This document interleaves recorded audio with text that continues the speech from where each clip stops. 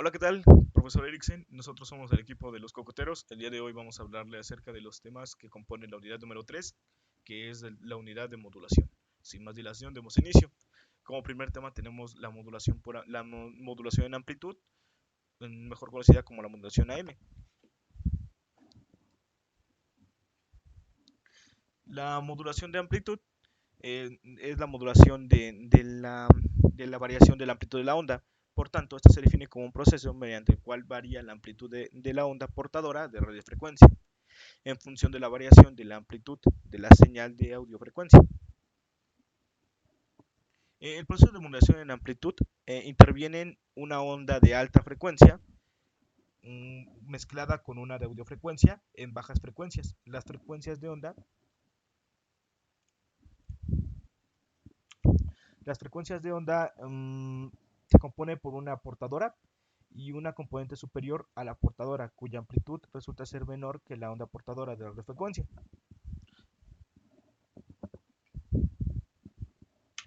Un componente de la frecuencia inferior es de la portadora de radiofrecuencia, pero de amplitud igual al componente de la frecuencia superior.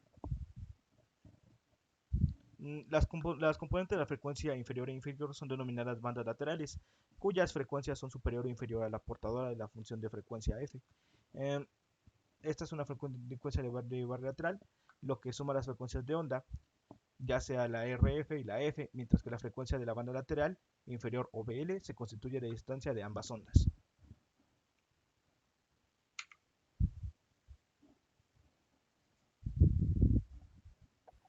Bien, otro de los temas que conforman la unidad 3 es la modulación en frecuencia, o también conocida como modulación FM. Esta modulación angular es la que transmite la información a través de una portadora variando su frecuencia. Esta es la principal definición de la modulación FM. La frecuencia modulada es usada comúnmente en las radiofrecuencias de muy alta frecuencia por la alta fidelidad de la radiodifusión de la música y el habla. Uno de estos ejemplos, que es, yo diría que el más común, es el radio FM. También en la televisión analógica es difundido por medio de FM. La frecuencia modulada también se utiliza en las frecuencias intermedias de la mayoría de los sistemas de video analógico. Esto también incluye al VHS para registrar la luminiscencia, que es blanco y negro de la señal de video. Bien, ahora recalcando algunos de los avances más importantes que se presentan en las comunicaciones, la mejora de un sistema de transmisión y recepción en características como la relación entre la señal y ruido es uno de los más importantes, ya que esto permite una mayor seguridad de las mismas. Entonces es así como el paso de la modulación en amplitud, que ya mencionó mi compañero, AM, a la modulación en frecuencia FM, establece un importante avance no solo en la mejora que presenta la relación de señal-ruido, sino que también en la mayor resistencia del efecto de desvanecimiento a la interferencia, que es bastante común en la modulación AM. Ahora bien, la modulación de frecuencia FM y la modulación de fase PM pueden definirse conjuntamente a partir de una expresión que es bastante genérica de una portadora, la cual está en base o en relación al tiempo. Es decir, U de t es igual a sub c por coseno de teta por t, es igual a sub c por coseno de 2pi por f sub c por t, más phi de t.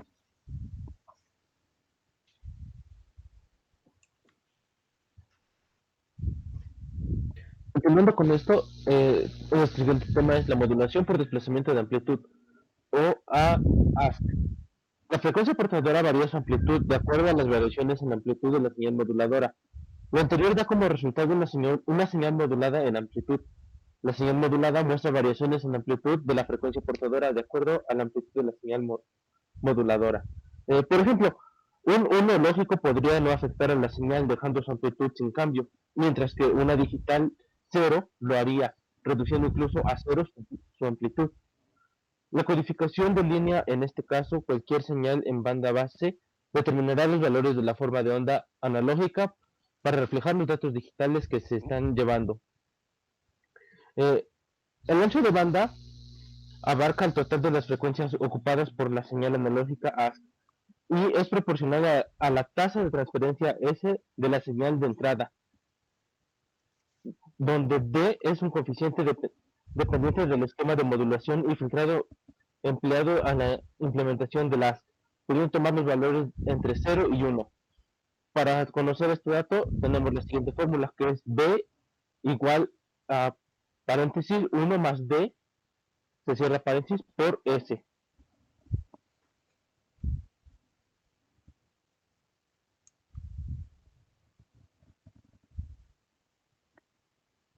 Para el siguiente tema, lo que abarca es la modulación por desplazamiento de frecuencia FSK. Si bien para este tema abarca lo que son la señal portadora y lo que es la señal moduladora. Antes de meter lo que es la modulación por desplazamiento de frecuencia FSK, se dice que la señal portadora es una señal en forma de onda, lo cual es modulada por una señal que se requiere para transmitir. Si bien esta onda portadora es una de las frecuencias mucho más alta que de la señal modulada, ya que al modular una señal desplazamos su contenido en frecuencia. Así se irá ocupando un cierto ancho de banda alrededor de la frecuencia de la onda portadora, mientras que las señales moduladas son aquellas señales que contienen la información que se desea transmitir. Para ello, la modulación es como añadir información a una señal electrónica. En este caso, podemos imaginarlos aquellos pulsos donde se irán incrementando cada una de ellas de las informaciones que se pueden obtener. Ahora bien, eh, la modulación FSK, que por sus siglas en inglés se dice que es Frequency Shift Keying, es el tipo de modulación en el cual su señal modulante es un flujo de pulsos binarios. Estos irán variando entre los valores predeterminados, mientras que su frecuencia de la señal portadora cambia para representar ya sea en este caso un 0 o un 1 binario. Mientras la frecuencia permanece constante, los dos valores binarios que representan, en este caso, las dos frecuencias diferentes, se dice que serán próximas a la frecuencia de la señal portadora final. Ahora bien, si tenemos las dos frecuencias, tanto frecuencia 1 como frecuencia 2, y estas pertenecen al desplazamiento de la frecuencia portadora, se dice que si es igual a su magnitud, pero en sentidos opuestos, se puede decir que es la combinación de espectros ASK. Por tal razón, FSK es menos sensible a errores ASK. Uno de los parámetros que puede obtener esta modulación FSK es que tiene las aplicaciones, en el cual se dice que la modulación FSK se emplea generalmente en enlaces asíncronos, pero también es un sistema ideal para operar bajas velocidades. Otro punto a discutir es que la modulación FSK es muy usada por radiocomunicaciones, en este caso estaciones de radiofusión pública. Ya por último, se dice que la modulación digital tiene una gran desventaja que consume el gran ancho de banda. Por lo tanto, la modulación SFSK es menos sensible a errores ASK. Además que es utilizada en líneas de calidad telefónica. Utiliza velocidades que pueden ser hasta los 1200 megabits por segundo. Y además de que es usada también en transmisión de radios en altas frecuencias, que va desde los 3 MHz hasta los 30 MHz. Y pues también se es usada en redes de área local que utilicen cable coaxial.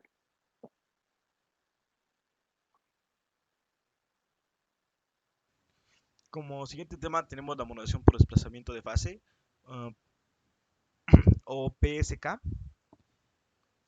Es una modulación en donde la fase de la señal moduladora de datos es digital.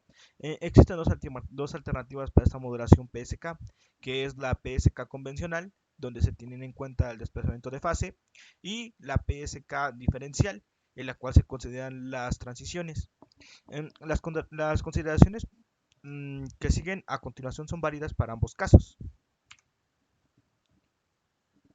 En PSK el valor de la señal moduladora está dado por B sub m de t, donde 1 es para un 1 binario y menos 1 es para un 0 binario, mientras que la señal portadora vale V sub p de t va a ser igual a V sub p por el coseno de 2pi por F sub p multiplicado por t, donde V sub P es el valor del pico de la señal portadora y V sub F es la frecuencia de la señal portadora.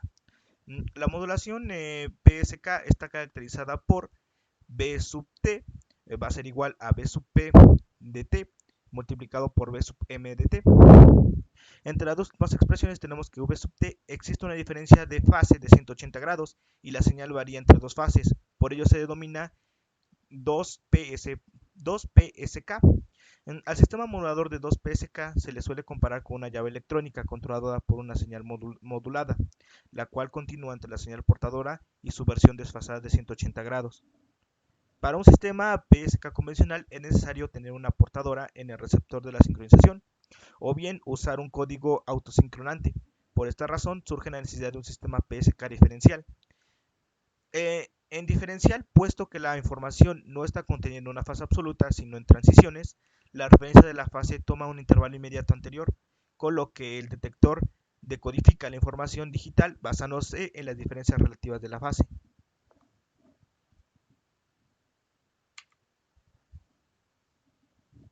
Continuando con el siguiente tema es modulación de amplitud en cuadratura. Nace de la combinación de las modulaciones de amplitud y desplazamiento de fase. Si se combinan X variaciones en fase y Y variaciones en amplitud, se generan X veces Y posibles variaciones de señal. Consiste en modular por desplazamiento de amplitud de forma independiente dos señales portadoras que tienen la misma frecuencia, solo que están desfasadas entre sí 90 grados. La señal modulada en cuadratura es el resultado de sumar ambas señales. Estas pueden operar por el mismo canal sin interferencia mutua porque sus portadoras, al tener tal desfase, se dice que están en cuadratura. Estas dos ondas generalmente son señales sinusoidales, en la cual una onda es la portadora y la otra es la señal de datos. Para aumentar la tasa de transferencia de bytes,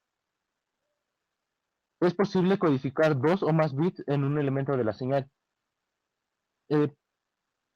Se paraleliza el flujo de 2n bits de manera que cada par de bits entrantes generen una señal PSK con la frecuencia de la portadora.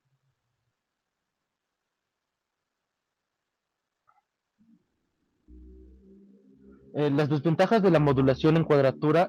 Un inconveniente importante de la modulación en cuadratura se debe a los grandes cambios de la fase que ocurren al final de cada símbolo, debido a la forma de los pulsos. La amplitud de la señal de salida experimenta grandes cambios cada vez que la fase cambia de 90 a 180 grados.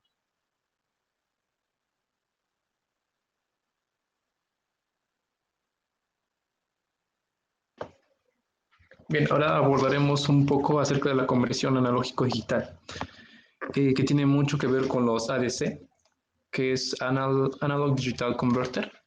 En referencia a esto, entendemos que la señal de entrada de un convertidor es una señal continua, que está en términos de voltaje, y esta es convertida en un número binario de n cantidad de bits, que son valores discretos de voltaje, y que estos se pueden manipularse fácilmente por un dispositivo digital. Un ejemplo de esto puede ser un FPGA.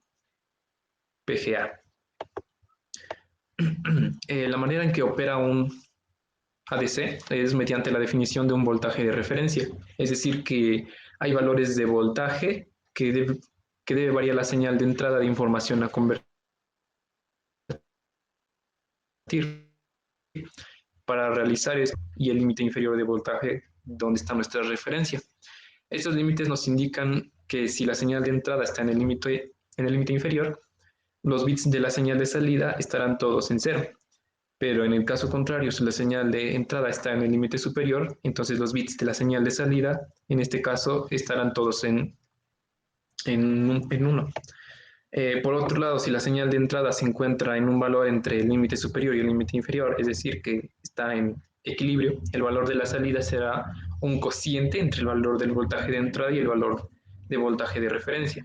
Bien, ahora para entender un poco mejor lo explicado anteriormente, tenemos este ejemplo analógico digital, en donde consideramos el límite inferior y el límite superior del voltaje de referencia en 1 volt y 3 volts respectivamente. Entonces vemos que si nuestra salida digital es de 3 bits, la relación entrada-salida sería en la gráfica, en donde tenemos la línea punteada, que es la que está en la parte superior, y esta representa el voltaje analógico de entrada. Entonces, si este voltaje de entrada empieza en 1 volts, la salida de nuestro convertidor es 000. Lo podemos ver gráficamente. Cuando está en 1.25, la salida que corresponde es 001 y así sucesivamente. Entonces, entendiendo esto, después de la conversión se obtiene un valor binario, como ya se mencionó. Idealmente se espera que los convertidores, el punto de transición del dato de salida, es decir, el punto donde cambia la salida de un estado a otro, sea lo más cercano al punto medio de los valores analógicos que tienen una representación digital.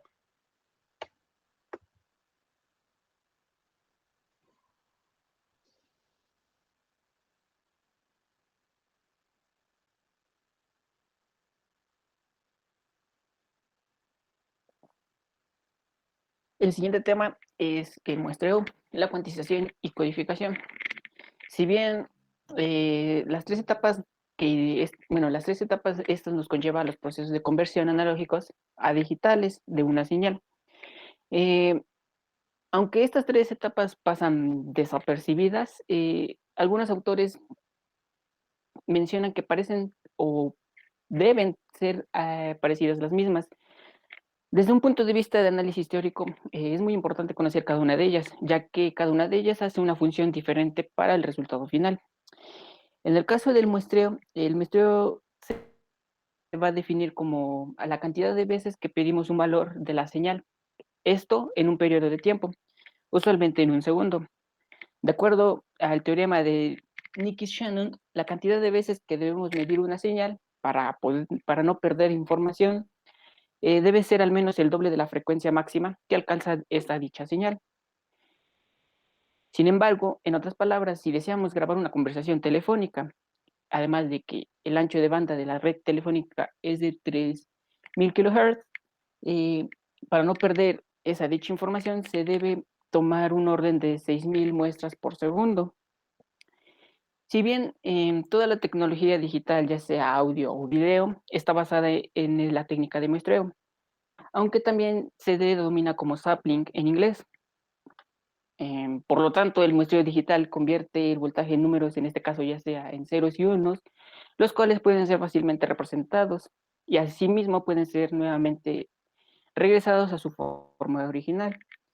Por ejemplo, para realizar un muestreo de una señal analógica y convertirla después a digital, el primer paso consiste en tomar valores discretos o también intervalos regulares, ya sea de diferentes puntos de la señal senoidal. Eso es lo que hace el muestreo. Mientras tanto, ya como resumen, ¿qué hace entonces el muestreo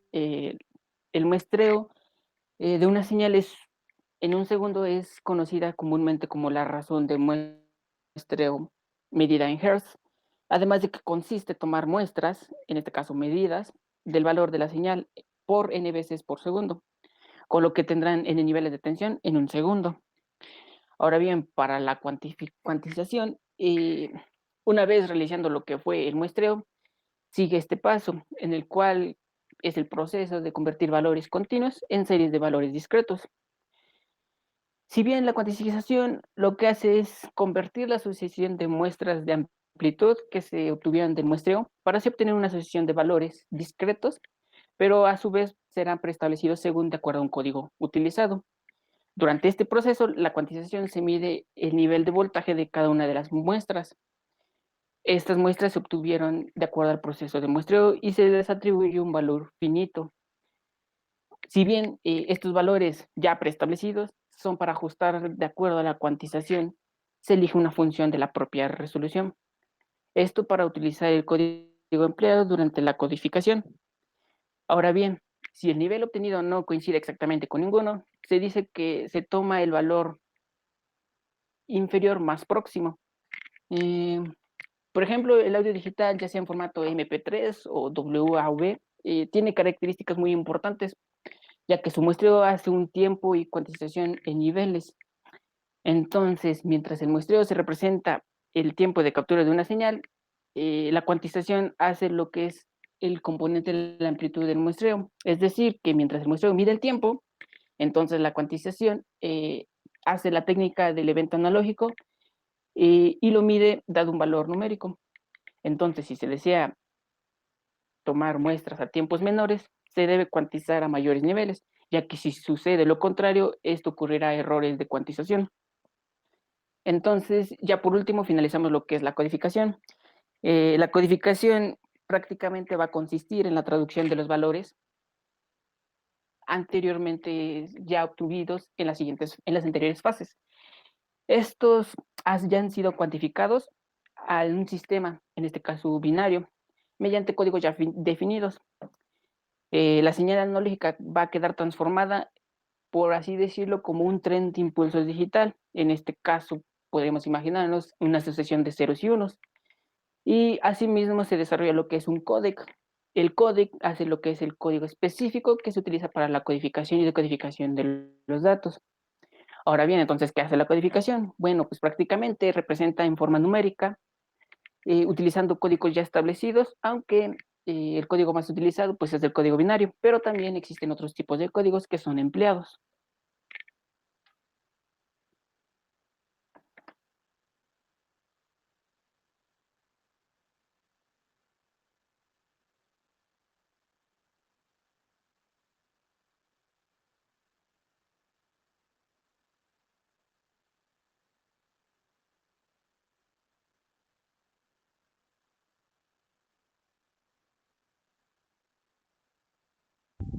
A continuación, después de toda esta información, vamos a pasar a una pequeña sesión de preguntas entre nosotros sobre los temas que se han expuesto hasta ahora.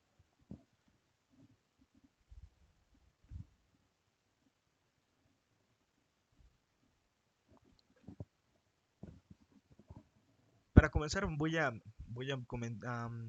hacer un par de preguntas a mi compañero Gera sobre el tema de la modulación AM. La pregunta es, ¿para qué se suele usar la señal AM en usos comerciales? Bien, la señal AM suele usarse para señales de voz o también para música en baja calidad. Eso es en términos generales. Ahora bien, la siguiente pregunta es, cuál es su ancho de banda de esta señal? Según recuerdo, se sitúa sobre los 3.5 kHz o 4 kHz.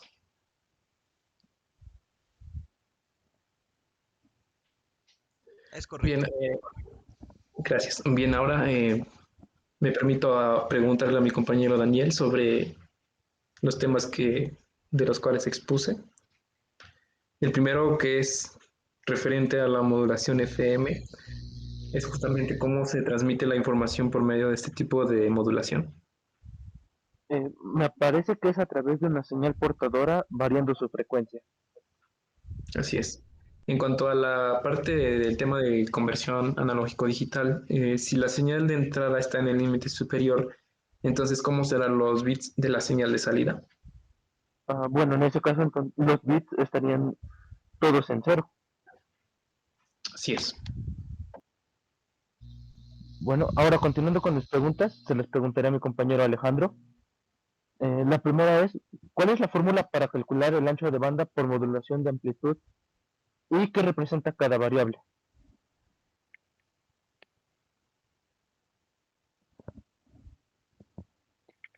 Bueno,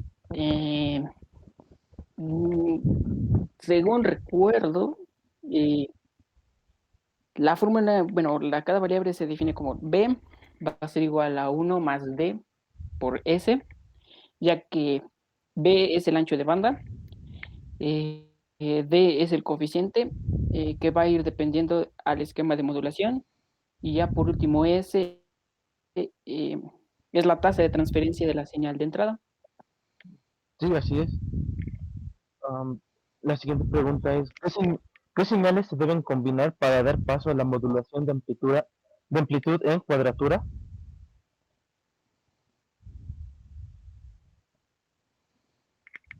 Mm, Bueno, es el resultado de la combinación de las señales de la modulación de amplitud, en este caso ASK, y la modulación modulación por desplazamiento de la fase PSK.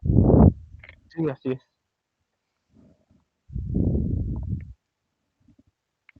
Bien, yo quisiera hacer mis preguntas para mi compañero Agustín, en el cual la primera pregunta es de acuerdo al tema de modulación por desplazamiento física. ¿Cuál es el comportamiento frente al ruido de las señales moduladas?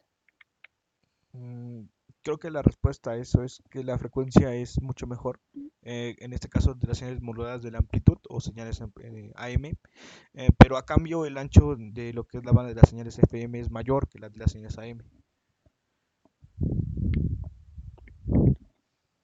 Sí, es correcto. Bueno, y de acuerdo al teorema de Nichols-Shannon, ¿cuántas veces se debe medir una señal para no perder su información?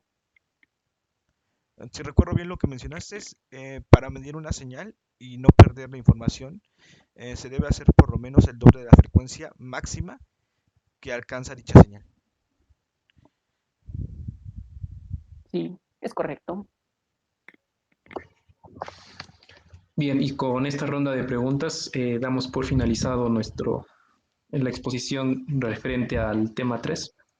Y bueno, agradecemos, el equipo de los cocoteros agradece la atención prestada. Gracias.